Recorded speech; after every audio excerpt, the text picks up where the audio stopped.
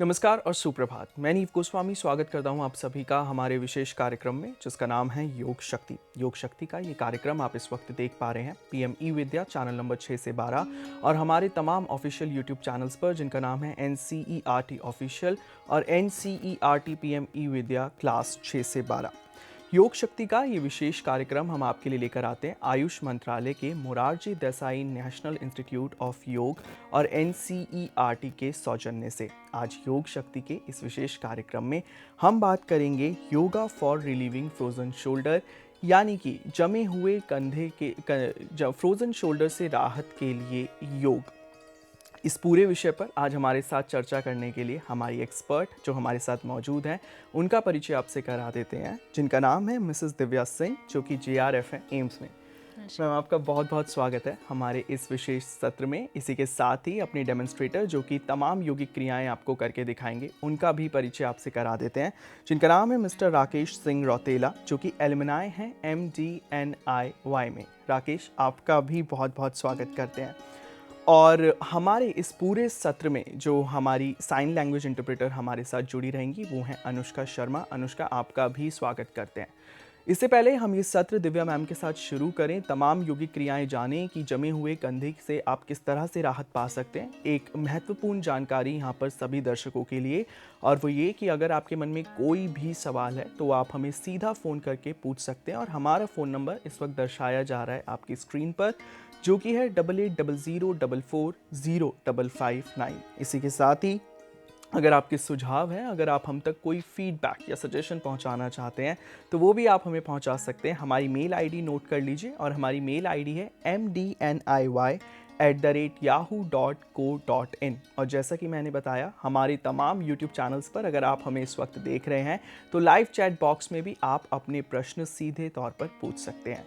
चलिए बिना किसी देरी के अपने इस विशेष सत्र की शुरुआत करते हैं, और इससे पहले हम योग की ओर बढ़ें। यहाँ पर मैम, हम आपसे जानना चाहेंगे सबसे पहले कि फ्रोज़न शोल्डर की क्या परिभाषा है, इसके क्या कारण है, और किन लक्षणों को देखकर पता लगाया जा सकता है कि कोई मरीज़ फ्रोज़न शोल्डर की दिक्कत का सामना कर रहा है। जी नमस्कार। फ्रोज़न शोल्डर जो एक ऐसी सिचुएशन है जिसमें कि हमारी जो कंधे की मूवमेंट है उसमें कमी आ जाती है। वो या तो अपने कंधे को उठा नहीं पाते इजीली, रोटेट नहीं कर पाते अपने कंधे को। इसे हम अंग्रेज़ी भाषा में कहें, मेडिकल टर्म्स में कहें तो एडहेसिव कैप्सुलाइटिस कहते हैं, जो कि हमारे ह्यूमरस और हमारे क्या कहते हैं क्लैविकल बोन और इन सब के जो मूवमेंट में होता है दिक्कत हो जाती है। इसमें स्वेलिंग हो जाती है हमारे शोल्डर में, और आम तौर पे ये जो बीमारी है ये अपने आप क्योर भी हो जाता है 1 से 3 साल के अंतराल में। तो ये है फ्रोज़न शोल्डर। अगर हम इसकी बात करें कॉजेज़ की, तो इसके कॉजेज़ हो सकते हैं कोई भी इंजरी होना, कहीं चोट लग गई हो, एजिंग, उम्र बढ़ती उम्र के साथ भी हड्डियाँ कमज़ोर हो जाती है, इस वजह से भी ये प्रॉब्लम होती है। वुमेंस में भी बोन वीक हो जाता है, उस वजह से भी ये प्रॉब्लम होती है। और डायबिटीज़ में ये प्रॉब्लम जो है ये बहुत आम है। हार्मोनल चेंजेस की वजह से महिलाओं में होती है प्रॉब्लम। अदर हेल्थ कंडीशन की बात करें तो हृदय रोग, थायराइड, इन सब डिसऑर्डर्स में भी ये प्रॉब्लम होना बहुत आम है। तो ये हो गई इनके कॉजेज़ की बात। अब अगर बात करें तो ये होता क्यों है, किस वजह से होता है, तो यदि किसी वजह से आपकी प्रोलॉन्ग इनएक्टिविटी है शोल्डर मसल की, या तो वो कोई इंजरी हो गई या फिर पैरालिसिस वगैरह जिन पेशेंट्स को आता है जो बेड रिडन है, उनकी जो मूवमेंट है वो बहुत कम हो रही है, तो इस वजह से जो है फ्रोज़न शोल्डर हो जाता है। उनके कंधों में जकड़न आ जाती है, मूवमेंट बहुत कम हो जाता है। तो उन पेशेंट्स को ये हो सकता है कोई पोस्ट ट्रॉमेटिक डिसऑर्डर है, कोई स्ट्रेस है, किसी तरीके का तनाव है, तो उन लोगों में भी कंधों में जुड़ी जो है समस्याएं हो सकती हैं। अगर आपको रोटेटर कफ इंजरी है या फिर ब्रोकन आर्म है, स्ट्रोक है, इन लोगों को भी ये बीमारी हो सकती है। बात करें अगर इसके लक्षण की, तो कंधे में दर्द, खासकर रात के समय में, कंधे की गति में कमी और अकड़न आना, या फिर शारीरिक गतिविधि में कठिनाई होना, यानी ऊपरी हाथ का उठाना, कंधे में घुमाव आदि, इन सब चीज़ों में जो है समस्या आती है इन पेशेंट्स को। जी बिल्कुल। हमने यहाँ पर बात करी फ्रोज़न शोल्डर क्या है, जी। इसके कारण क्या हैं और कौन से वो लक्षण हैं जिन्हें देखकर हम पता लगा सकते हैं कि कोई भी व्यक्ति फ्रोज़न शोल्डर की इस दिक्कत का सामना कर रहा है। लेकिन दिव्या मैम, फ्रोज़न शोल्डर के कितने प्रकार हैं, ये भी आपसे जानना चाहेंगे। जी, फ्रोज़न शोल्डर के 3 प्रकार होते हैं। एक फ्रीज़न स्टेट होता है इसका, एक फ्रोज़न स्टेज होता है इसका, और एक थॉनिंग स्टेज होता है। जैसे कि आप फिगर में देख पा रहे होंगे कि जो फ्रीज़न स्टेट है, उसमें जो कंधे में दर्द और इसकी गति में जो है बहुत ज़्यादा कमी होती है। और फ्रोज़न स्टेट में क्या होता है, कंधे में कठोरता और जकड़न आ जाती है, मूवमेंट बहुत ज़्यादा नहीं कर पाते हैं, स्टिफनेस रहती है कंधे में उस दौरान। और थॉनिंग स्टेज आप देख पा रहे हैं कि इसमें आपकी इम्प्रूवमेंट होने लगती है, धीरे धीरे दर्द कम होने लगता है और गति उनकी धीरे धीरे वापस आ जाती है अपने आप। अपने आप मैं इसलिए कह रही हूँ क्योंकि इसमें एज सच कोई आपको ट्रीटमेंट या सर्जरी करवाने की नीड नहीं पड़ती है। फ्रोज़न शोल्डर में आप अगर थोड़ा बहुत जेंटल स्ट्रेचिंग भी करते हैं, इसका ठीक से देख रेख करते हैं, तो ये अपने आप क्योर हो जाता है। बिल्कुल, तमाम ऐसी चीज़ें हैं जिन बातों का अगर आप ध्यान रखेंगे तो फ्रोज़न शोल्डर की ये जो दिक्कत है, यानी कि जमे हुए कंधे की जो दिक्कत है, उससे आप राहत पा सकते जी। हैं। लेकिन दिव्या मैम, आज का जो हमारा उद्देश्य है वो यही है कि योग की सहायता से किस तरह से फ्रोज़न शोल्डर के जो मरीज़ हैं उन्हें राहत दी जा सकती है। तो चलिए इसी सत्र की अब शुरुआत करते हैं। बिल्कुल। आज हम वही प्रैक्टिसेस करेंगे जो कि आप फ्रोज़न शोल्डर से जो पेन है उससे रिलीफ पा सकें और उसे प्रिवेंट कर सकें, आगे फर्दर वो फ्रोज़न स्टेट में ना जाए। तो सभी अपनी कमर और गर्दन को सीधा करके बैठें किसी भी ध्यानात्मक आसन में, दोनों हाथ घुटनों पे ज्ञान मुद्रा में, आंखें कोमलता से बंद। बंद आँखों से पूरे शरीर की स्थिति को देख जाएं। लंबा धीमा गहरा श्वास भरें। लंबा धीमा गहरा श्वास छोड़ें। मन को शांत करें, शरीर को योग अभ्यास के लिए तैयार करें।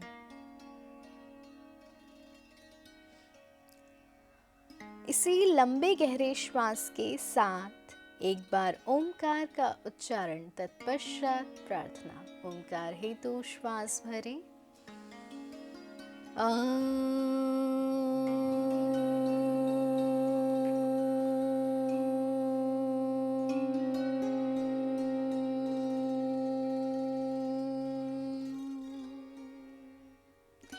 पूर्णमदः पूर्णमिदं पूर्णात् पूर्णमुदच्यते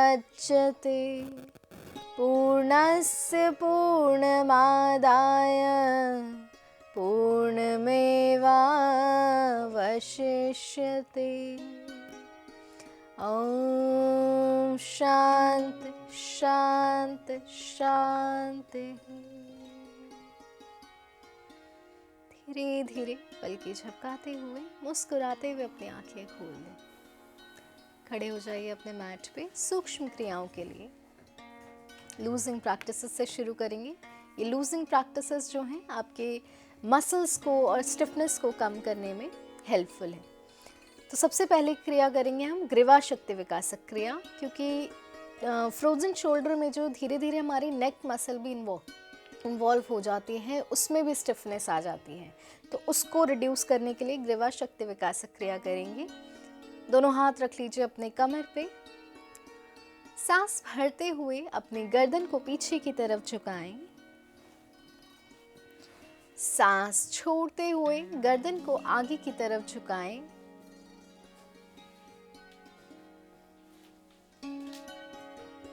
सांस भरे, ले जाइए अपनी गर्दन को पीछे।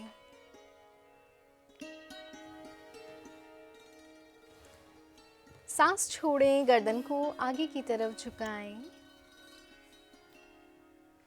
पुनः श्वास भरें, ले जाइए गर्दन पीछे। श्वास छोड़ें, गर्दन को नीचे झुकाएं। धीरे से गर्दन को मध्य में लेकर आइए। श्वास भरें, श्वास को छोड़ते हुए गर्दन को दाईं तरफ घुमाएं, राइट साइड। श्वास भरें, गर्दन को बाईं ओर घुमाएं, श्वास छोड़ते हुए। श्वास भरें, श्वास छोड़ते हुए दाईं ओर। श्वास भरें, श्वास छोड़ते हुए बाईं ओर। पुनः गर्दन को मध्य में लेकर आएं। श्वास भरें, श्वास छोड़ते हुए गर्दन को दाएं कंधे की तरफ झुकाएं। श्वास भरें, श्वास छोड़ते हुए बाएं कंधे की ओर झुकाइए। श्वास भरें, श्वास छोड़ें दाईं ओर। श्वास भरें, श्वास छोड़ें बाईं ओर। श्वास भरें, श्वास छोड़ें दाईं ओर। श्वास भरें, श्वास छोड़ें बाईं ओर। धीरे से मध्य में आए। अब अपने गर्दन को रोटेट करना है क्लॉकवाइज और एंटी क्लॉकवाइज डायरेक्शन में।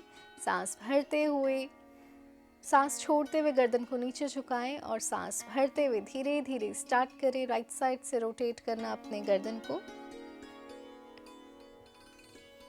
सांस छोड़ते हुए गर्दन को आगे लेकर आएं। पुनः एक बार दाईं ओर से गर्दन को घुमाइए, सांस छोड़ते हुए आगे लेकर आएं। इस अभ्यास को दूसरी दिशा से भी कर जाइए। सांस भरें, सांस छोड़ें,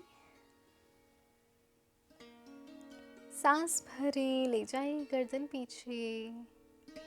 सांस छोड़ें, गर्दन को आगे की तरफ झुकाएं। रिलैक्स करें। धीरे से गर्दन को मध्य में लेकर आए। हाथों को ढीला छोड़ दीजिए, आंखें बंद, शरीर बिल्कुल ढीला। लंबा गहरा श्वास भरें, लंबा गहरा श्वास छोड़ें। अपने कंधों की मांसपेशियों में हुए बदलाव को, खिंचाव को महसूस करें और रिलैक्स करें। अगला अभ्यास है भुजबली शक्ति विकासक। दोनों एड़ी पंजे आपस में मिला लीजिए। हाथों को अपनी जांघ से लगा के रखें। सांस भरते हुए दोनों हाथों को साइड से ऊपर उठाइए। हथेलियां बाहर की तरफ ही रहें। कोशिश करें अपने बाइसेप को कान से लगाने की। सांस छोड़ते हुए हाथों को वापस लेकर आएं।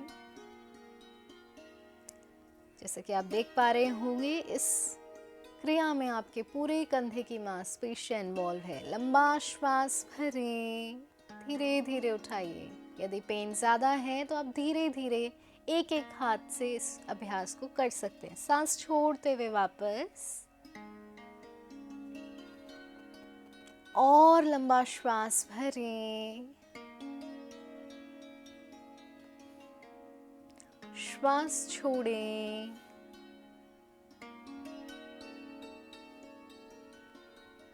एक और आखिरी बार लंबा श्वास भरें, लंबा श्वास छोड़ें। रिलैक्स करें, कंधों को ढीला छोड़ दीजिए। लंबा गहरा श्वास भरें, लंबा गहरा श्वास छोड़ें। शरीर में हो रहे बदलाव को महसूस कीजिए और रिलैक्स कीजिए। कंधों की मांसपेशियों में आए हुए खिंचाव को महसूस कीजिए और रिलैक्स कीजिए।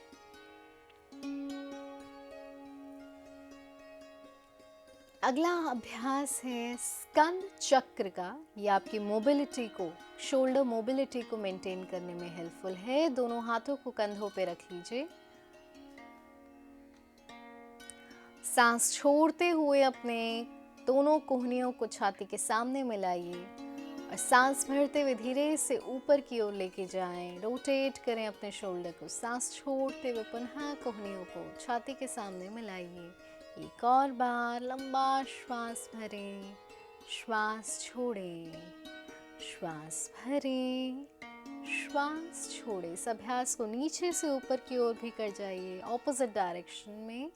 लंबा श्वास भरें, श्वास छोड़ें, श्वास भरें, श्वास छोड़ें। रिलैक्स करें, कंधों को ढीला छोड़ दीजिए शरीर में और कंधों की मांसपेशियों में हुए बदलाव को महसूस करें और रिलैक्स करें।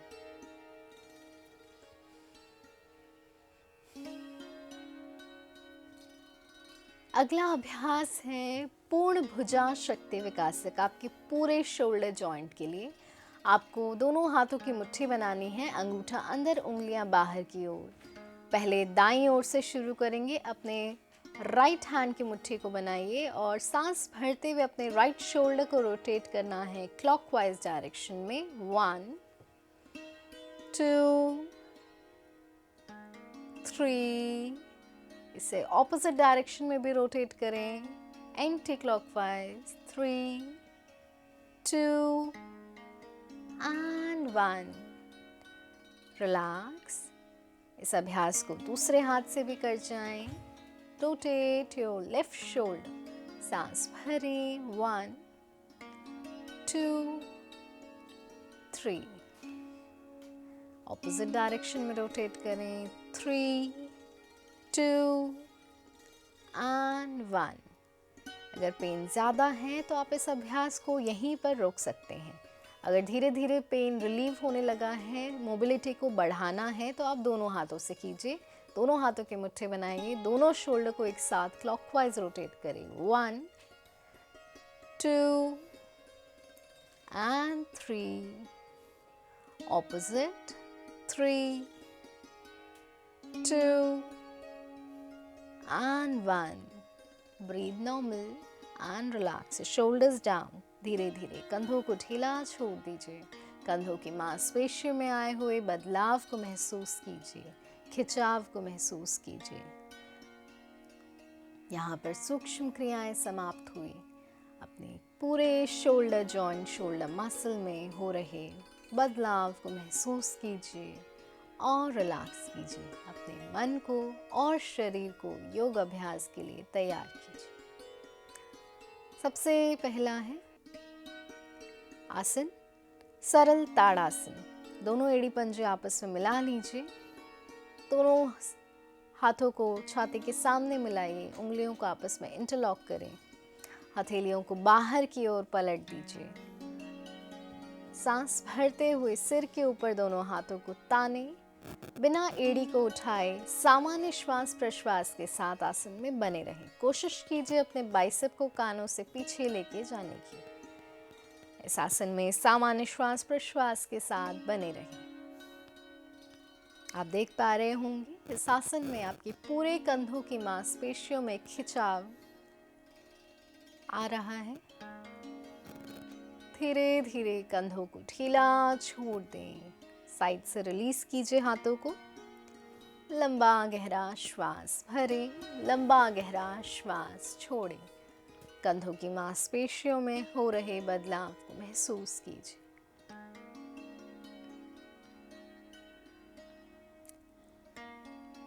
अगला आसन है ऊर्ध्व हस्तोत्तानासन, साइड बेंडिंग। दोनों पैरों के बीच में शोल्डर मसल जितना गैप करें, शोल्डर जॉइंट जितना गैप करें। अपने दोनों हाथों को आपस में इंटरलॉक करें। हथेलियों को बाहर की तरफ पुनः पलट दीजिए। सांस भरते हुए सिर के ऊपर दोनों हाथों को ताने।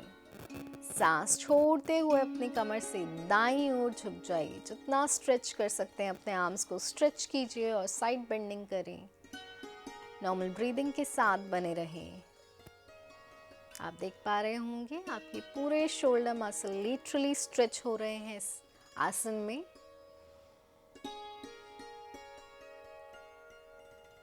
पुनः श्वास भरें, श्वास छोड़ें, ऑपोजिट साइड बेंड कीजिए।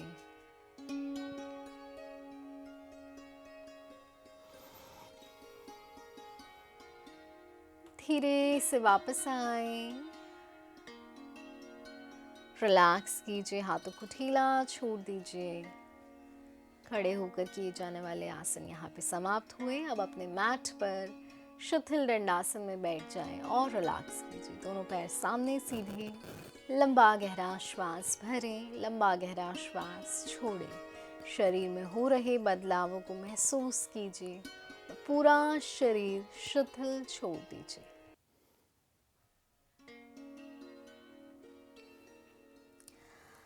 अगला आसन है गौमुख आसन। दोनों एड़ी पंजे आपस में मिलाएं, हाथों को हिप के पास रखें, अपने लेफ्ट घुटने को फोल्ड करते हुए लेफ्ट पंजे को राइट हिप के नीचे रखें और दूसरे घुटने को भी ऊपर रखना है। एक दूसरे के ऊपर रखें दोनों घुटने, कोशिश करें। सांस भरते हुए जो घुटना ऊपर है वो हाथ ऊपर उठाइए और दूसरा हाथ साइड से खींचते हुए लेकर आएं और दोनों हाथों को आपस में इंटरलॉक करने की कोशिश करें। यदि ये करना आपके लिए डिफ़िकल्ट है तो आप इसे किसी दुपट्टे के सहारे भी कर सकते हैं। सामान्य श्वास प्रश्वास के साथ आंखें बंद करके इस आसन में बने रहें। ये एक मेडिटेटिव पोज है वैसे तो, बट आपके कंधों की मांसपेशियों को, पूरे बाजू को एक बहुत ही अच्छी स्ट्रेचिंग देता है। सामान्य श्वास प्रश्वास, धीरे से वापस आएं।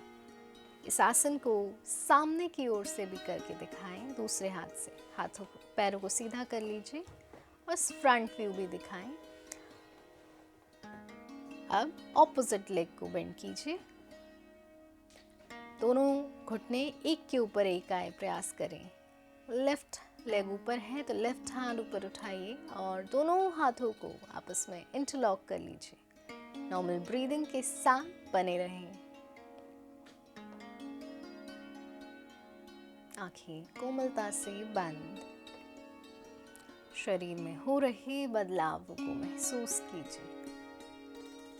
इस आसन में जितना आप अपनी बैक और नेक को स्ट्रेट रखेंगे उतना आप स्ट्रेचिंग फील कर पाएंगे अपने शोल्डर जॉइंट में।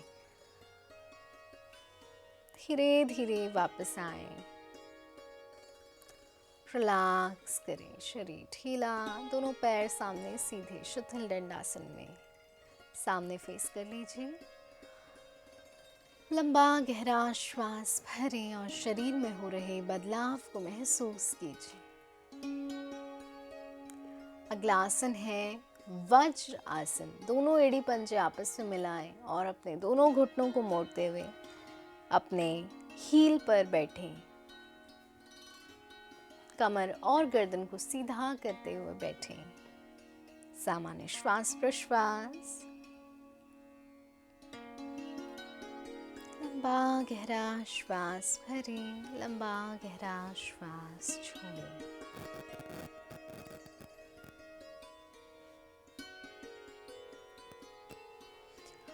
अगला आसन है उत्तान मंडूक आसन।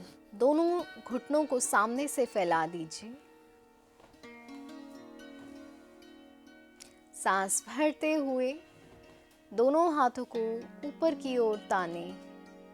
सांस छोड़ते हुए अपने दोनों एल्बो को बेंड कीजिए और ऑपोजिट शोल्डर पे टच करें हाथ को। एक एक करके धीरे से अपनी आंखें बंद कर लीजिए और सामान्य श्वास प्रश्वास के साथ बने रहें। इस आसन में भी प्रयास करें आपकी रीढ़ की हड्डी सीधी हो, आपके कंधे पर पूरा स्ट्रेच महसूस करने के लिए।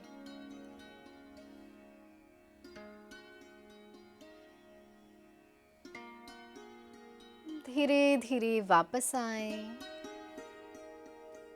रिलैक्स करें। वज्रासन में ही दोनों घुटने मिला लीजिए, दोनों हाथ घुटनों पर, आंखें कोमलता से बंद और विश्राम करें।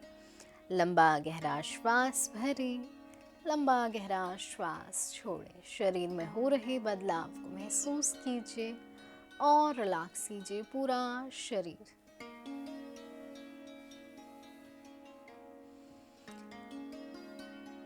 अगला आसन है ऊष्ट्र आसन, कैमल पोज। दोनों घुटनों के सहारे खड़े हो जाइए। दोनों पैरों के बीच में शोल्डर लेवल जितना गैप मेंटेन करें। अपने राइट हैंड को सांस भरते हुए राइट हील पे रखें और लेफ्ट हैंड को लेफ्ट हील पर रखें। आप देख पा रहे होंगे आपकी शोल्डर मसल रोटेट हो रही है।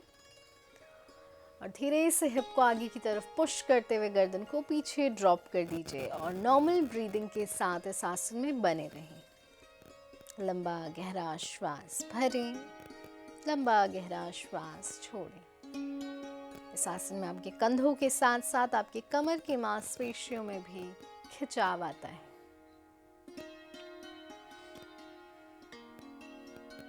धीरे धीरे वापस आए, गर्दन को वापस लेकर आइए, हाथ वापस सामान्य स्थिति में बैठ जाएं वज्रासन में। रिलैक्स करें, लंबा श्वास भरें, लंबा श्वास छोड़ें। शरीर में हो रहे बदलाव को महसूस कीजिए और रिलैक्स कीजिए शरीर। अगला आसन है शशक आसन। काउंटर पोज है वैसे तो उष्ट्रासन का, पर ये आपके शोल्डर जॉइंट के लिए, बैक मसल के लिए रिलैक्सिंग पोज है। दोनों घुटनों को सामने से फैला लीजिए, दोनों हाथों को अपने जांघ के बीच में रखिए।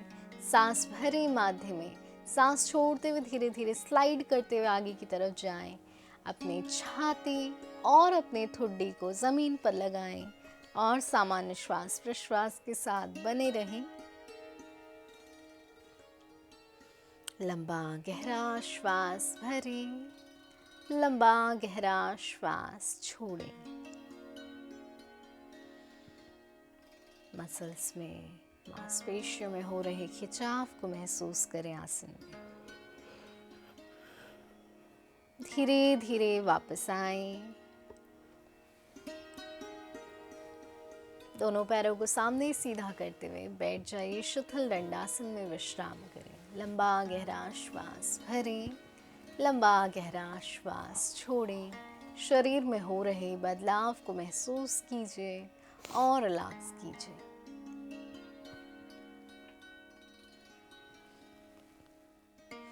अगला आसन है वक्रासन, ट्विस्टिंग पोज। अपने दोनों एड़ी पंजों को आपस में मिला लीजिए। अपने राइट नी को बेंड कीजिए, राइट हैंड को रखें कमर के पीछे, लेफ्ट आर्म को ऊपर उठाइए सांस भरते हुए। सांस छोड़ते हुए घुटनों के बाहर से अपने हाथ को निकालें और अपने एंकल जॉइंट को ग्रिप कर लीजिए। अपनी गर्दन को राइट साइड ट्विस्ट करें, टर्न कीजिए एंड नॉर्मल ब्रीदिंग के साथ होल्ड करें। इस आसन में भी आपके कंधों की मांसपेशियां, आपकी रीढ़ की हड्डियां सभी यूज होती हैं, ट्विस्ट होती हैं।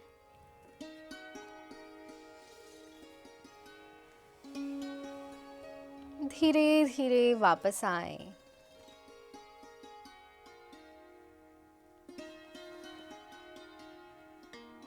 चेंज कीजिए दूसरे साइड से।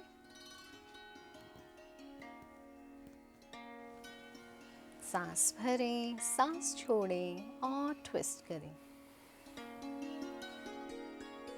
Normal breathing, breathe in, breathe out.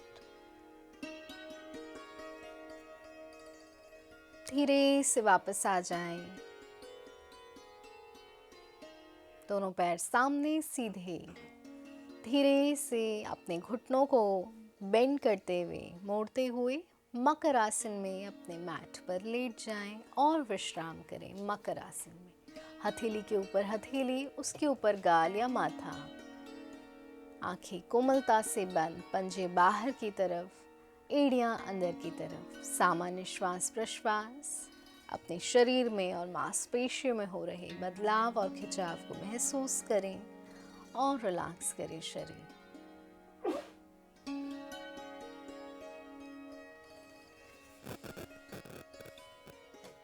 अगला आसन है यहीं से भुजंग आसन।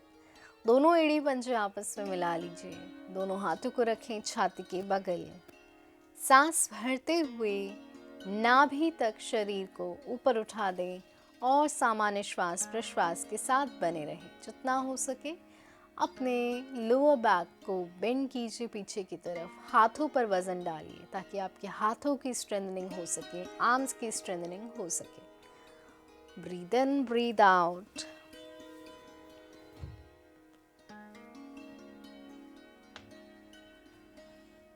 धीरे धीरे वापस आए। रिलैक्स कीजिए मकर आसन में। आंखें कोमलता से बंद, हथेली के ऊपर हथेली, उसके ऊपर गाल या माथा। शरीर में हो रहे बदलाव को, खिंचाव को महसूस करें और रिलैक्स करें शरीर।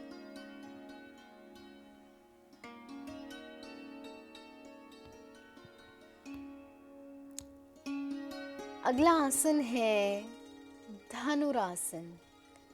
दोनों घुटनों को पीछे से मोड़ें और एक एक करके अपने एंकल जॉइंट को ग्रिप कर लीजिए। यह आसन भी आपके रोटेटर कफ मसल को इम्पैक्ट करता है डायरेक्टली। धीरे धीरे सांस भरते हुए उठाइए शरीर ऊपर नाभि के बल पे और सामान्य श्वास प्रश्वास के साथ बने रहिए। अपनी मांसपेशियों में, कंधों की मांसपेशियों में हो रहे खिंचाव को, बदलाव को महसूस करें और रिलैक्स करें। धीरे धीरे वापस आए, रिलैक्स करें। मकर आसन में लंबा गहरा श्वास भरें, लंबा गहरा श्वास छोड़ें। शरीर में हो रहे बदलाव को महसूस कीजिए और रिलैक्स कीजिए।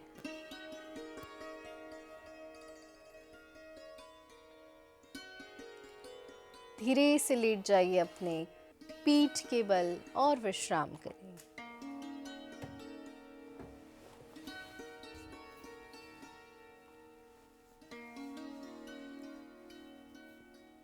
लास्ट आसन है पवन मुक्तासन। अपने दोनों घुटनों को मोड़िए और अपने छाती से लगाइए दोनों घुटने। धीरे धीरे इंटरलॉक कीजिए अपने फिंगर्स को और घुटनों को प्रेस करें। धीरे से अपनी गर्दन को ऊपर उठाइए और अपनी चिन या फिर अपनी नोज टिप को टच करें।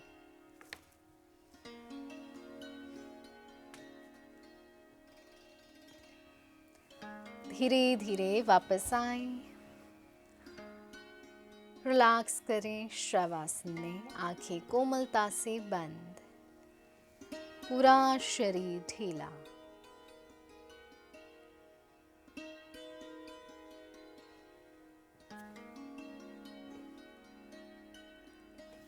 बंद आंखों से पूरे शरीर की स्थिति को देख जाएं। लंबा धीमा गहरा श्वास भरें, लंबा धीमा गहरा श्वास छोड़ें। शरीर में हो रहे बदलाव को महसूस करें। सिर से लेकर पांव तक एक बार पूरे बॉडी को स्कैन कर जाएं।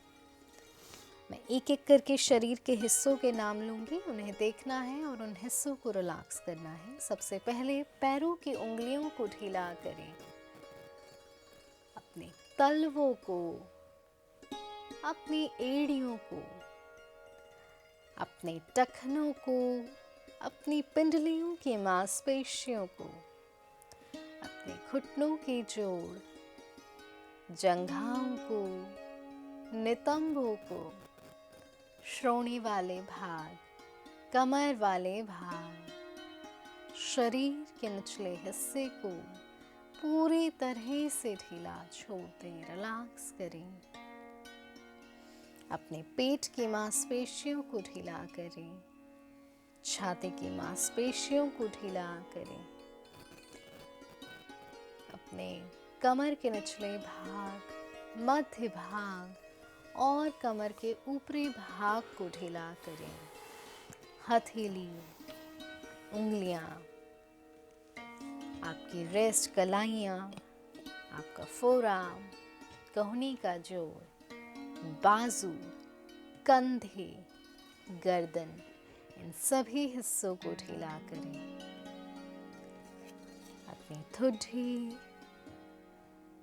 अपने निचले जबड़े, ऊपरी जबड़े, निचले दांत, ऊपरी दांत, कठोर और कोमल तालू, जीभ, पूरा मुख मंडल शिथिल करें। आपके होंठ, आपके गाल, नासिका, कान, कानों का पिछला हिस्सा, आंखें, आंखों की पुतलियां, आपके भौं, भ्रूमध्य, माथा, सिर का ऊपरी हिस्सा, सिर का पिछला हिस्सा, पूरा शरीर सिर से लेकर पांव तक ढीला छोड़ें, रिलैक्स करें। धीरे धीरे मन को और शरीर को बाहर की ओर लेकर आएं। पूरा शरीर शिथिल हो गया है, हल्का हो गया है।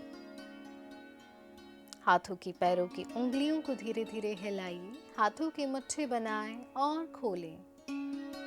पैरों को आपस में मिलाएं, हाथों को शरीर के पास लेकर आइए। अपने दाहिने हाथ का तकिया बनाते हुए दाईं ओर करवट लें और कुछ देर लेटें। बाएं हाथ को छाती के सामने जमीन पर रखें और दोनों ही हाथों के सहारे से उठकर बैठने की स्थिति में आ जाएं। कमर और गर्दन को सीधा करके बैठें। प्राणायाम के लिए शरीर को और मन को तैयार करें। सबसे पहला प्राणायाम करेंगे अनुलोम विलोम प्राणायाम। बाएं हाथ को ज्ञान मुद्रा में रखें, दाहिने हाथ की प्रणव मुद्रा बनाइए। पहली 2 उंगलियां आपके अंगूठे के रूट में, अंगूठे से दाएं नासारंध्र को बंद करें, बाएं से श्वास को भरें। धीरे से बाएं को बंद कीजिए, दाहिने से प्रश्वास। पुनः दाएं से श्वास भरें, बाएं से प्रश्वास। ये 1 राउंड है। इस तरीके से 3 राउंड और कर जाएं। सांसों की गति को जितना हो सके धीमा, लंबा और गहरा रखने का प्रयास। सांस लेते या छोड़ते समय आवाज कम से कम हो।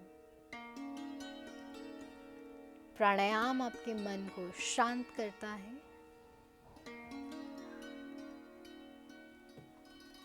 जैसा कि हम सभी जानते हैं कि ये एक स्ट्रेस बॉर्न डिसीज है।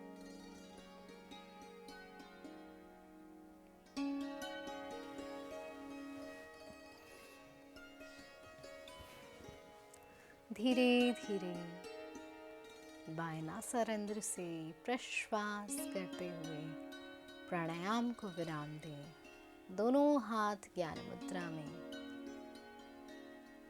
आखिरी प्राणायाम भ्रामरी प्राणायाम। दोनों हाथ घुटनों पर ज्ञान मुद्रा में। अपनी जिह्वा को अपने तालू से लगाएं। दोनों नासिका से श्वास को भरें और प्रश्वास करते हुए मकार का उच्चारण। लंबा श्वास भरें।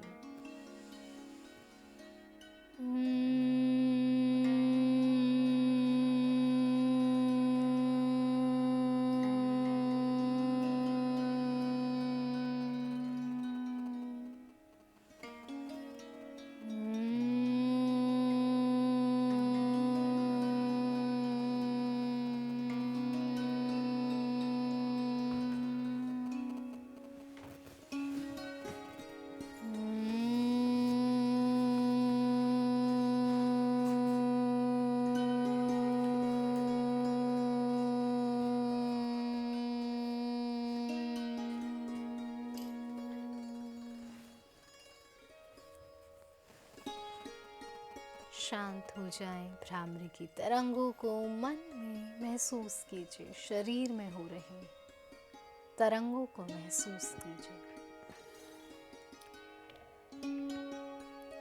यहीं से दोनों हाथों को नमस्कार में जोड़ लें शांति पाठ के लिए।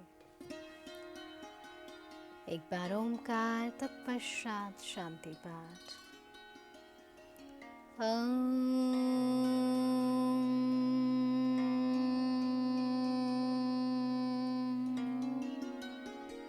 सर्वे भवन्तु सुखिनः, सर्वे सन्तु निरामयाः, सर्वे भद्राणि पश्यन्तु, मा कश्चित् दुःखभाग् भवेत्, मा कश्चित् दुःखभाग् भवेत्। ओम शांति शांति शांति। सभी सुखी रहें, सभी निरोगी रहें, किसी को किसी प्रकार का कोई दुख ना हो। इसी कामना के साथ धीरे से दोनों हाथों को आपस में रगड़ें, गर्म करें हथेलियाँ। गर्म हथेली आँखों पर, माथे पर, चेहरे पर फेरें और धीरे से अपने हाथों को देखते हुए, मुस्कुराते हुए अपनी आंखें खोल लें। धन्यवाद। तो ये हैं तमाम योगिक क्रियाएं जिनके ज़रिए आप फ्रोज़न शोल्डर की दिक्कत को दूर कर सकते हैं। लेकिन दिव्या मैम, जैसे कि हमारा उद्देश्य ही था आज का कि योग की सहायता से किस तरह से जमे जी। हुए कंधे से आप राहत पा सकते हैं, तो ये भी बहुत ज़रूरी है अपने दर्शकों को बताना कि योग किस तरह से अपना वो महत्वपूर्ण रोल निभाता है जब बात आती है फ्रोज़न शोल्डर की। जी, जैसे कि मैंने आपको पहले ही बताया कि फ्रोज़न शोल्डर में एज़ सच एलोपैथी में आप स्टेरॉयडल मेडिसिन्स दे सकते हैं। एज़ सच इसमें सर्जरी की नीड नहीं होती। डॉक्टर्स या फिजियोथेरेपिस्ट इंसिस्ट करते हैं कि आप इसमें स्ट्रेचिंग करें।